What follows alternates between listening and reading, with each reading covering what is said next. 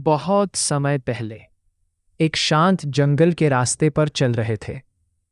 उनके चेहरे पर एक अजीब सी शांति थी, जैसे उन्होंने जीवन का असली सच जान लिया हो। चलते चलते वे एक गांव पहुंचे, लेकिन ये गांव थोड़ा अलग था। यहां लोग उदास थे, परेशान थे। हर चेहरे पर चिंता साफ दिखाई दे रही थी। तभी एक अमीर आदमी बुद्ध के पास आया। उसने कहा, भगवान, मेरे पास सब कुछ है, धन है, परिवार है, घर है, फिर भी मुझे सुकून नहीं मिलता। बुद्ध मुस्कुराए और धीरे से बोले, अगर सब कुछ होते हुए भी तुम्हें खुशी नहीं मिल रही, तो शायद तुम गलत जगह खो। बुद्ध उस आदमी को अपने साथ जंगल की ओर ले गए। रास्ते में उन्होंने एक छोटे बच्चे को देखा जो मिट्टी में खेल रहा था, लेकिन उसके चेहरे पर सच्ची खुशी थी।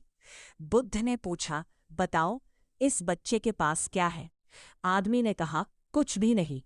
बुद्ध बोले, फिर भी ये खुश है और तुम सब कुछ होते हुए भी दुखी हो। इसका क्या रहस्य है? आदमी चुप हो गया। अब उसके पास कोई जवाब नहीं था। आगे बढ़ते हुए बुद्ध ने जमीन से कुछ सूखे पत्ते उठाए और बोले, मनुष्य की इच्छाएं इन पत्तों की तरह होती हैं। एक पूरी होती है तो दूसरी आ जाती है, और जब तक इच्छाएं खत्म नहीं होंगी तब तक दुख भी खत्म नहीं होगा। धीरे गहराई से आदमी की आंखों में आंसू आ गए। वो है बोला, तो क्या मुझे सब कुछ छोड़ देना चाहिए? बुद्ध ने शांत स्वर में कहा, नहीं, चीज़ों को छोड़ना जरूरी नहीं है, लेकिन उनसे जुड़ाव छोड़ना जरूरी है। खुशी बाहर नहीं, हमारे अंदर होती है। फिर बुद्ध ने उसे एक काम दिया।